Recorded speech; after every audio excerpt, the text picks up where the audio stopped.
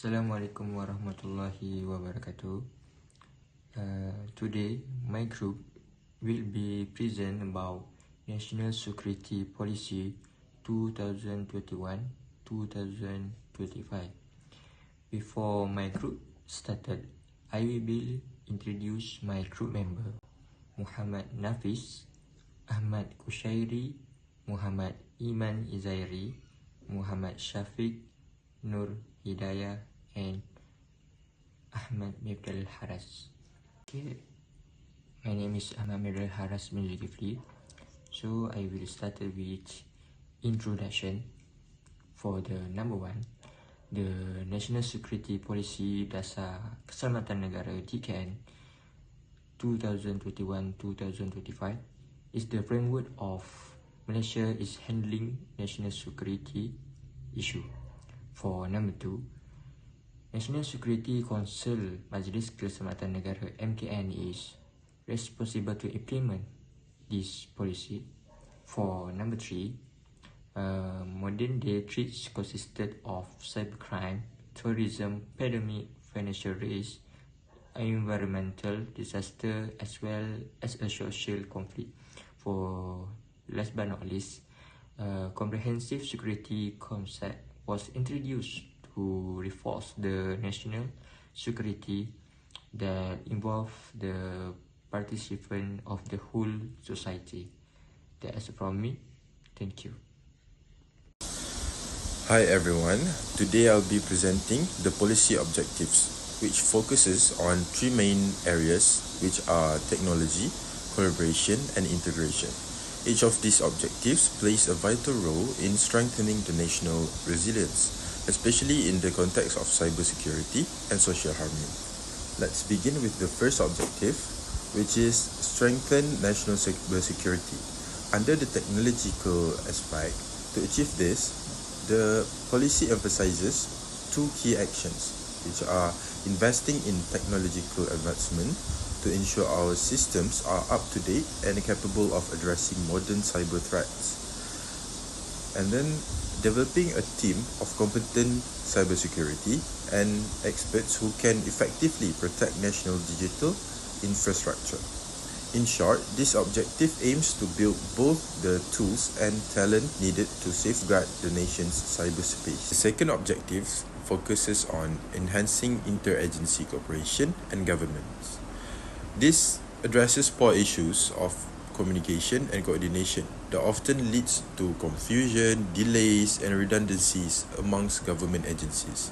To solve this, the policy proposes exchanging databases and merging operational command systems, which will improve efficiency and decision making. By strengthening collaboration, agencies can work more seamlessly and respond faster to emerging threats or crises that may arise. The third objective is promoting social integration and awareness under the integration pillar. So, this focuses on combating misinformation and fake news, which can breed racial and religious tension. To encounter this, the policy highlights education drives and digital literacy, programs that help citizens think critically and avoid being misled by false information. Ultimately, this objective aims to foster unity, understanding, and informed participation among Malaysians in this digital era. Thank you everyone. So that's all from me. Now I will pass it to the next presenter. Thank you, Ahmad QUSYAIRI. Now I will explain about the policy problem that Malaysia faces in terms of national security. Based on my research, there are three main problems that can affect the effectiveness of our national security policy, which are hybrid threats, poor communication, attitude and behavior. First, cyber threats are one of the biggest challenges today. These threats include cyber attack, fake news, ideological extremes, social tension, ransomware, digital espionage, and data theft. For example, cyber attack on government and private system has increased every year. According to NACSA, in 2024, there were over 1,500 cases of cyber incident reported, including ransomware and data breach. Besides that, the spread of fake news and misinformation in social media can cause racial and religious tension among Malaysia. So, hybrid threats show that the national security today is not about military defense, but also about protecting our society in the digital and social space. Next, poor communication is another serious issue. Sometimes, there is a lack of coordination among security agencies, which causes slow response during emergencies. In some cases, this happens because of outdated communication system or unclear lines of authority between agencies.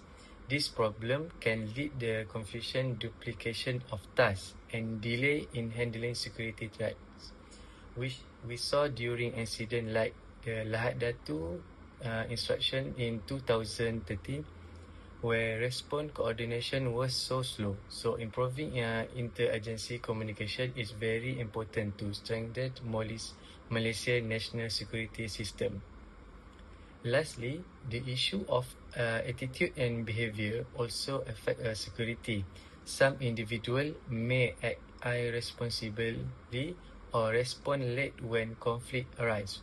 For example, the lack of awareness among the public about national security can cause them to share fake news or sensitive information online without thinking of the consequences.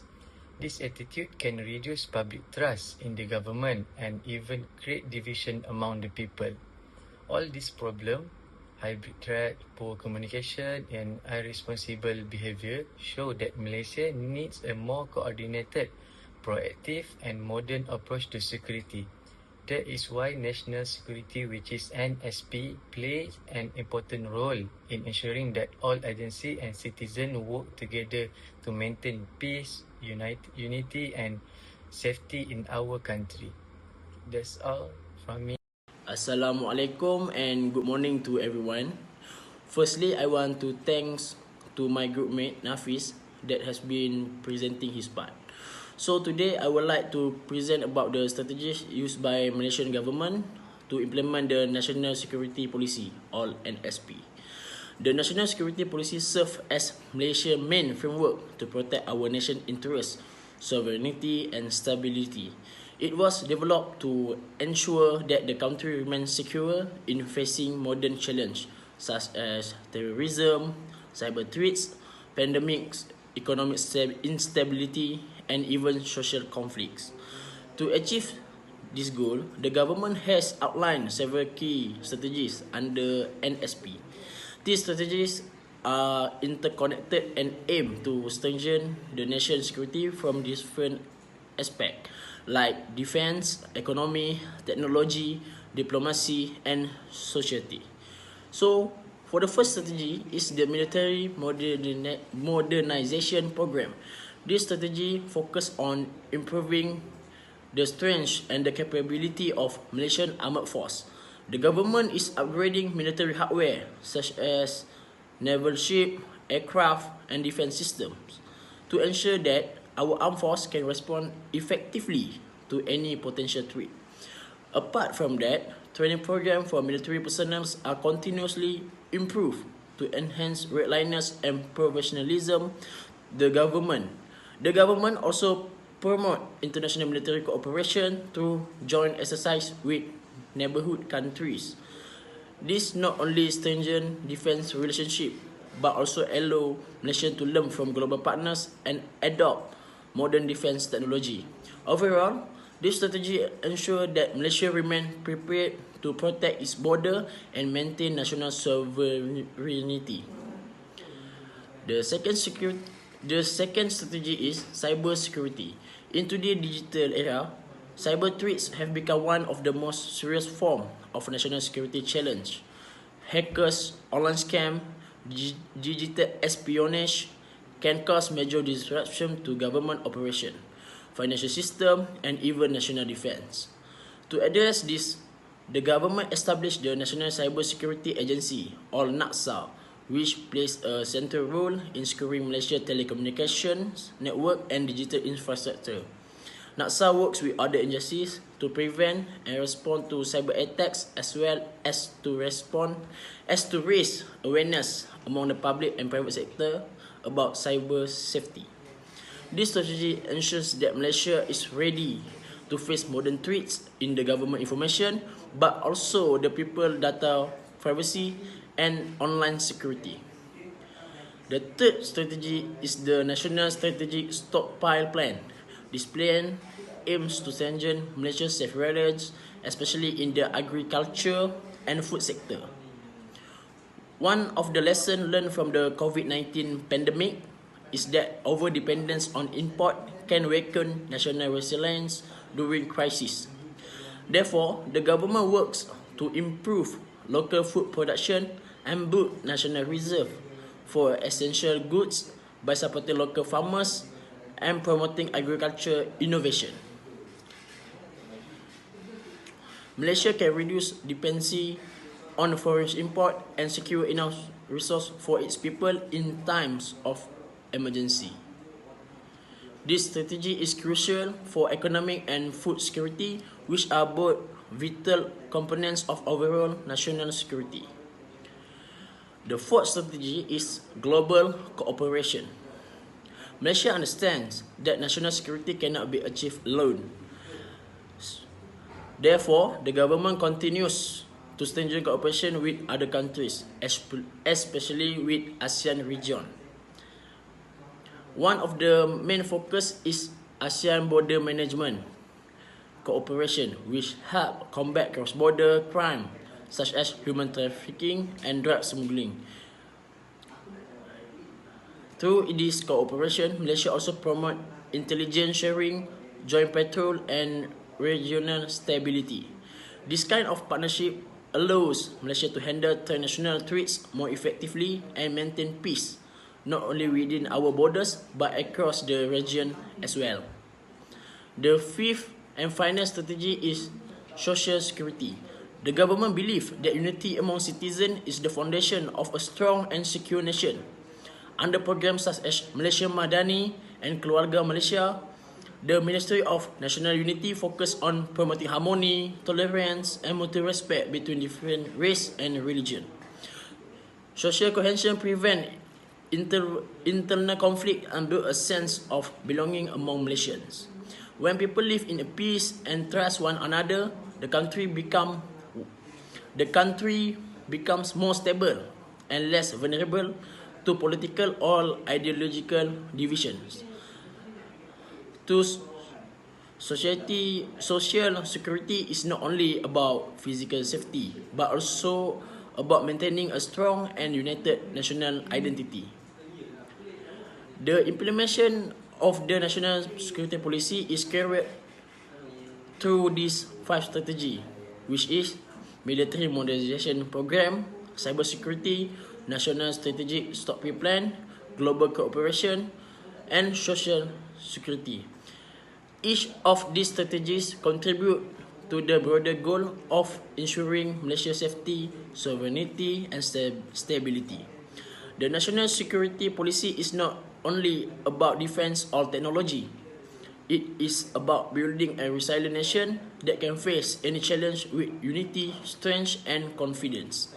By combining defense readiness, digital protection, economic stability, international collaboration, and social harmony, the Malaysian government ensures that our country will continue to remain peaceful, secure, and progressive for future generations. That's all for my presentation. I will pass to the next presenter, SYAFIQ. Thank you. Assalamualaikum warahmatullahi wabarakatuh. My name is Muhammad SYAFIQ, and first of all, I gonna say thanks to Muhammad Iman Ezairy for presenting his part. Right now, I'm gonna overview this policy by using the PESTLE method, which covers several dimensions of it to understand precisely. First of all, I'm gonna go for the political factors. This policy emphasizes the importance of political stability and constitutional governance as foundation of national security. It reinforces Malaysian system of demokrasi berparlimen and raja berperlembagaan to ensure that the power is exercised responsibly under the federal constitution. This integration is led by the Majlis Keselamatan Negara, which coordinates security efforts across different levels of government. And regionally, the DKN also stressed Malaysian participation in organizations such as ASEAN and the Five Power Defense Arrangement to highlight diplomacy and defense cooperation as a tool to maintain sovereignty and peace. Overall, the DKN views political unity, effective governance, and respect for democratic institutions as essential for a secure and resilient Malaysia. The second aspect is about the economic factors. This policy also identifies economic resilience as a critical part of the national security. A strong, inclusive economy will reduce social unrest and strengthen Malaysia's ability to respond to the conflict or crisis arising. This policy encourages self-reliance to reduce dependence on the forex system and resources. In addition, this policy also addresses cyber-related economic risks such as data theft, financial fraud, and digital exploitation that's linking cybersecurity directly to economic integrity. In short, economic stability is viewed not only as a financial goal, but as a pillar of national strength and independence. Moving on to the next part is about the social factors. This policy places a heavy emphasis on national unity as a core aspect of security. It's called for a united Malaysian identity built on tolerance, patriotism, and mutual respect among diverse ethnic and religious communities. This policy also highlights the threats such as extremism, hate speech, and fake news that can divide society and weaken the country from within. Therefore, it promotes security awareness education and public participation through the principle of national security is everyone's responsibility. By fostering social harmony, shared values, and the inclusiveness, this policy aims to ensure that Malaysia remains resilient and united against both internal and external threats. The next part is technological factors. As Malaysia advances into the fourth industrial revolution, this policy highlights new challenges in cybersecurity, data protection, and digital governance. It promotes an active cyber defense strategy to secure a critical national infrastructure and to prevent data breach to build a digital resilience across government and society. This policy also encourages technological sovereignty by developing a local expertise in defense system, communication, and intelligent technology to reduce a reliance on foreign technology. At the same time, it advocated for a healthy digital culture to ensure that citizens use technology responsibly with safety. Through this step, this policy positions Malaysia in a strive in a secure digital future while minimizing risk from cyber attack and technological dependency. Moving on the next part is legal factors. So this policy reaffirms that the supremacy of the federal constitution as the supreme law that protecting national sovereignty and citizens' rights. It emphasizes on the importance of rule of law, integrity, and transparency in governance, and it views corruption as a major internal security threat. This policy also ensures the legal protection for citizens to balancing human rights with national security priorities. For example, it supports enforcement against extremism and terrorism while remain guided by the constitutional principle. Moreover, this policy also recognizes the need for the updated legal framework to combat against the emerging domains such as cybercrime, data protection, and biosecurity. This legal preparedness helped Malaysia respond effectively to new and complex global challenges. And finally, it's about the environmental factors. This policy identifies environmental security as a fundamental component of comprehensive security. It's acknowledged that environmental degradation, climate change, and unsustainable resources will threaten national stability, economic growth, and the well-being of the people. And one of the 9 core national security values in this policy is sustainable development. This value promotes a balance between economic growth, environmental protection, and social stability to ensure that Malaysian development today does not compromise future generations. This policy also emphasizes on the resource governance, noting that unequal or irresponsible exploitation of resources such as water, forests, and energy can lead to social tension and insecurity. In addition, this policy also integrates disaster preparedness and climate resilience into its national security strategy, and recognizing that natural disasters like floods and haze directly impact public safety and economic growth. I think that's all from me. I'll pass to Hidayah to present her part. Thank you. So now we move to the recommendation. So our group choose 3 countries as our reference to this recommendation. So the first recommendation is from United States. So the strengthening of Malaysia national security policy and NASP necessitate a strategic dual integration of international defense concepts such as adherence to North Atlantic Treaty Organization, or also known as NATO, collective defense model, and focus on the US national security strategy principle of a whole of society resilient. So how Malaysia can implement this principle? So Malaysia can implement this US whole of society resilient by structurally integrating all sectors such as private, civil defense, government body to absorb and recover from threats. And next is hardening the 5-power defense arrangement, or also known as FPDA. So FPDA involve 5 countries, which are Australia, Malaysia, New Zealand, Singapore, and also United Kingdom. So the suggested change is to transform the 5-power defense arrangement FPDA from a body that only offer consultation into the one that provide a guaranteed collective military response if a severe threat is made against Malaysia. So this hardening of the FPDA's role is intended to create deterrent, signaling to potential aggressor that any serious coercion against Malaysia will automatically trigger an organized and confident reaction from all the 5 members of nations. So next is creating a whole of society resilient against the hybrid threat. So Malaysia can improve their national security policy by structural integration and also cohesive and adaptable defense. So how Malaysia can implement this is by the private sector, civil defense, and the government body must be structurally integrated into the national defense apparatus.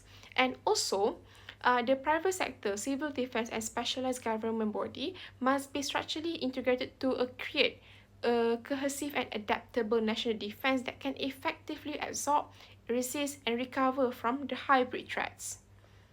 So next is adopt a holistic security model, CNS. So we took these recommendations or this improvement from China policy. So this concept can act as an appropriate strategy for Malaysia to develop a properly integrated national security policy.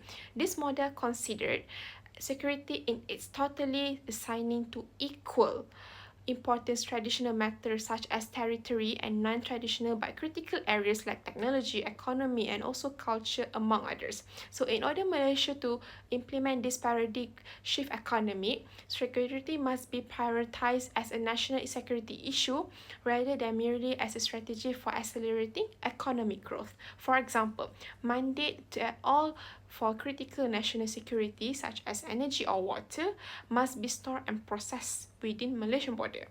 So this prevents from foreign control or access via extraterritorial law, securing data as a national asset. So next is Malaysia can make economic security a defense priority. So this may specifically mean that national policy must prevent the private sector from participating in full interdependence and instead create a new supply chains that will lessen reliance on a single power and prevent the global market from under-agreeing itself. So this new strategy necessitates from front-end attention to internal stability. So for example, Malaysia can implement create a formal or non-negotiable investment screening mechanism to vet all the foreign direct investment FDI proposal in critical sectors such as 5G infrastructure, rare earth processing, and semiconductor manufacturing for risk of forced technology transfer or foreign government control. So last is Malaysia can implement to build a proactive internal resilience. So this focusing more on internal stability before a crisis. So this involve a proactive measure against non-military threats. For example, Malaysia can conduct a mandatory or large-scale whole of a nation cyber crisis exercise like Malaysian existing AHMAD drills that simulate attacks on critical system and involve public, private, and also government agency to test and refine coordinated response protocols. So the last country that we choose as our reference to this recommendation for a better national security policy is Singapore. So implementing Singapore Total Defence Framework presents Malaysia with a viable recommendation for developing its national security policy. So this approach is built on 6 essential pillars interconnected by their emphasis on Malaysian society and its potential for growth. So the first one is physical and civil readiness, or also known as military defence. So Malaysia need to modernize their Malaysian Armed Forces, also known as MAF, to make sure their capability and to maintain the credible deterrence in its maritime and territorial areas of interest. So this can focus more on the corresponding civil defence element, such as train through mandatory widespread public training and education interests to transform the broad public into active crisis first responder. So next is economic and resource resilience. So Malaysia need to design an economic defence as a national security assets, mandating the diversifications and multi-sourcing of essential supply chains like food and medicine to build strategic autonomy against the global shocks. So economic defence will deem the resilience of multi-source supply chains as a prominent national security asset. Malaysia would thus be forced to diversify its supply sources for essential resources such as food and medical supply. And the last one is digital and information integrity. So Malaysia need to implement this active digital defence through national cybersecurity training and awareness campaign. So digital defence focus would require the active implementation of a broad national cybersecurity training and awareness campaign to neutralise deliberate online falsehoods and foreign influence operations. So as a result, Malaysia would be able to shift to an incredibly leveraged defensive stance easily due to its diverse and united nature. Last but not least, conclusion. Dasar Keselamatan Negara DKN 2021-2025 is a main framework that shapes Malaysia's security. It covers entire range from the military aspect to the food security. With a good implementing process, Malaysia will strive to become a country with high level of security. That's all from us. Thank you.